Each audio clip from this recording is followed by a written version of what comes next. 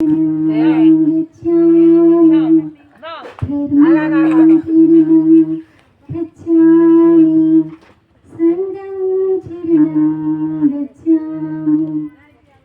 पत्री जी, ध्यान जगत की, పిరమిడ్ జగత్ కి.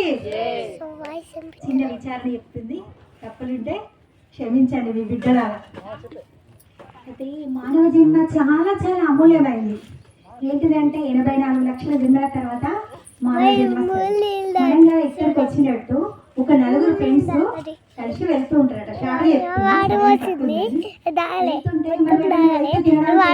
తీసుకొచ్చుకుంటున్నారు. ఇక్కడైతే ఆమె అరేంజ్మెంట్ చేసింది కాబట్టి తోచింది. ఒకరు రొట్టెలు, ఒకరు పూరి, ఒకరు అన్నం, రకరకాలు నలుగురు రకాలు తీసుకొని వెళ్తుంటారు. అయితే భగవంతుడు ఒక పరీక్ష పెట్టిండట. మానవుడికి ఏ రూపంలో వస్తుంది? ఇప్పుడు కోతులు ఉన్నాయి, అన్ని జీవరాశులు ఉన్నాయి, అంతే కదా. పరమాత్ముని అవతారమే కదా సృష్టి. మనుషుల కంటే నోరుంది, స్వార్థము మనము రేపటి కోసం చూస్తాం, వాటికి ప్రస్తుతమే కదా.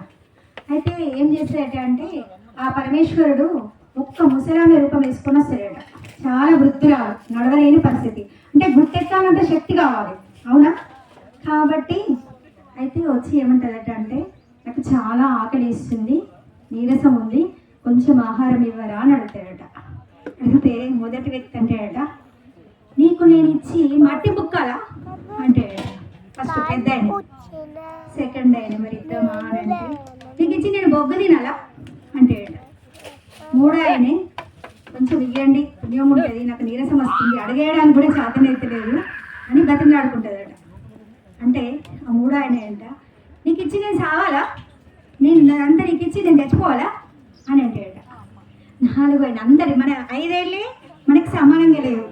ఇక నాలుగో వాడు ఏమంటాడట అంటే సరే అమ్మా మనం మనిషికి సగం సగం రొట్టి ఇద్దాము, ఆకలి తీరుతుంది అవ్వకు అని అంటాడట నాలుగో అతను. అంటే నువ్వు ఎత్తించుకోరా నేనైతే అంటే మన దాంట్లో కూడా ఉంటారు చెడపక్కన చెడరు, రకరకాలు ఉంటారు మనుషులు, వాళ్ళు కూడా పుణ్యాత్మలే, అది కూడా కర్మానుసారమే. అయితే సరే అని ఇస్తాడట. మీరు ఇవ్వకుండా నేను తినకుంటే ఏం కాదు, అవ్వకైతే నిండని అని ఇస్తాడట. ఇస్తే అవ్వ ఆకలితోటి అతని ఆహారం మొత్తం తినేస్తుందట. తినేసినాక ఆమె ఏమని ఆశీర్వాదం ఇస్తుందట అంటే అబ్బా నువ్వు మహారాజులాగా బతుకు బిడ్డ, నీ కడుపు చల్లగుండా, ఈ లోకాన్ని ఏడు బిడ్డ అని ఆశీర్వాదం ఇస్తుందట అతనికి, చిన్నాడికి. ఈ ముగ్గురు స్వార్థంగా తింటారట. ఇంత ఒక్క కూడా మళ్ళీ ఫ్రెండ్ అని ఇయ్యడట. వాళ్ళు ముగ్గురే షేర్ చేసుకుంటారట. ఇక తను ఉపవాసమే, శివరాత్రి ఉపవాసమే, అంతే కదా. సరే అవ్వ ఆమె ఎవరో కాదు, సాక్షాత్తు పరమేశ్వరి పార్వతీదేవి. అంటే ఇప్పుడు అనితమ్మ అందరికి ఆకలి తెచ్చింది, అవునా? కాబట్టి అంటే అతడు నిజంగా వచ్చే జన్మల మహారాజులకి రారాజు చక్రవర్తిగా జన్మించిండట. అందరికి దానాలు ధర్మాలు లేదనకుండా ప్రతి జీవికి ఆహారం కల్పిస్తుండట. కల్పిస్తున్న తర్వాత ఒక రోజు ఆలోచన వస్తుందట. అంటే మన బుర్రలో ఏదో ఒక ఆలోచన తిరుగుతూనే ఉంటుంది. ఏమని వచ్చింది? సమస్త మానవాళి ఒకటే సమయానికి అందరూ పుడుతూనే ఉంటారు. ఒక గంటలో కొన్ని వేల మంది పుడతారు జన్మ, అవునా? జన్మ తీసుకుంటారు, అంతమవుతుంటారు. మరి నేనే రాజుని ఎందుకైనా అని జ్యోతిష్కులందరినీ పిలిపించి అడుగుతాడట. రాజులకే రారాజు చక్రవర్తి కదా, వాళ్ళు భయపడతారట ఆయన జన్మ గురించి చెప్పడానికి. అంటే రాజుకు భయపడతారు కదా, ఎవరైనా భయపడతాం కదా రాజుగారికి. అప్పుడు ఏమని అంటే సరే నేను చెప్పలేకపోతున్నా రాజుగారు, నువ్వు ఊర్లో మంచిగా చెప్తాడు అని అడ్రస్ చెప్తారట. అడ్రస్ చెప్పిన తర్వాత ఆ రాజు కదా సరే అని సైన్యం తీసుకొని అక్కడికి వెళ్తాడట. పలానా పేరు చెప్పుకొని పోతాం కదా, ఎక్కడ మంచిగా చెప్తారంటే అక్కడికి మానవులు సహజం. అక్కడికి పోయేసరికి మట్టి తింటుండట ఆయన. మానవుడే కానీ మట్టి తింటుండట. అంటే ఈ రాజు అనుకుంటుంది నువ్వు రాజుని ఇక్కడికి వస్తే చూస్తే మట్టి తింటుడు, ఈయన దగ్గర పొమ్మని చెప్పిండు ఆ జ్యోతిష్కుడు. ఏం చెప్పిండు బాబోయ్ అని జన్మ గురించి తెలుసుకోవాలని తపన. ఈ మానవ జన్మ ఎందుకు వచ్చిందో, నేను రాజుని ఎందుకైనా అని తెలుసుకోవాలని తపన. కాబట్టి పోయి అడుగుతాడట. అహంకారాన్ని చంపుకొని, ఇంతకుముందు మాకు అహంకారం గురించి చెప్పిండు 5 పాయింట్స్. అడుగుతాడట. అడిగితే కోపంగా మాట్లాడతాడట. నువ్వు భలే వచ్చినావు నా దగ్గరికి, నేనే ఆకలి మట్టి తింటుంటే నువ్వు నా జన్మ ఎందుకు వచ్చిందని అడుగుతున్నావు. నా దగ్గరకు వచ్చి పక్క ఊరికి పో, నాంబిని దగ్గర రుద్రారం పో, అడుగుపో పలానా ఆయన అని అడ్రస్ చెప్తాడట. ఆ కోపంలో కూడా సరే ఇక రాజయ్య తప్పదు కదా, రుద్రారం పోతాడట. అక్కడ పోయేసరికి ఆయన బొగ్గు తింటుండట.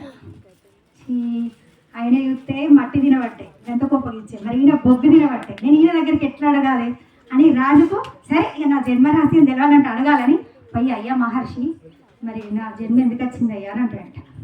మంచిగానే వచ్చినప్పుడు ఓ జన్మ ఎందుకు వచ్చిందా అని వచ్చిన వాళ్ళ దగ్గరికి అని కలుసుకుంటూ నాకేం తెలుసయ్యా పలాని కరీంనగర్లో ఉన్నాడు అక్కడ ఆయన నీకోసమే వేటున్నాడు పో జల్దీ ఓ 2 నిమిషంలో అక్కడ ఉండాలి ఉంటే నీ జన్మరాశి గురించి చెప్తాడు పోపో అని అంటాడు.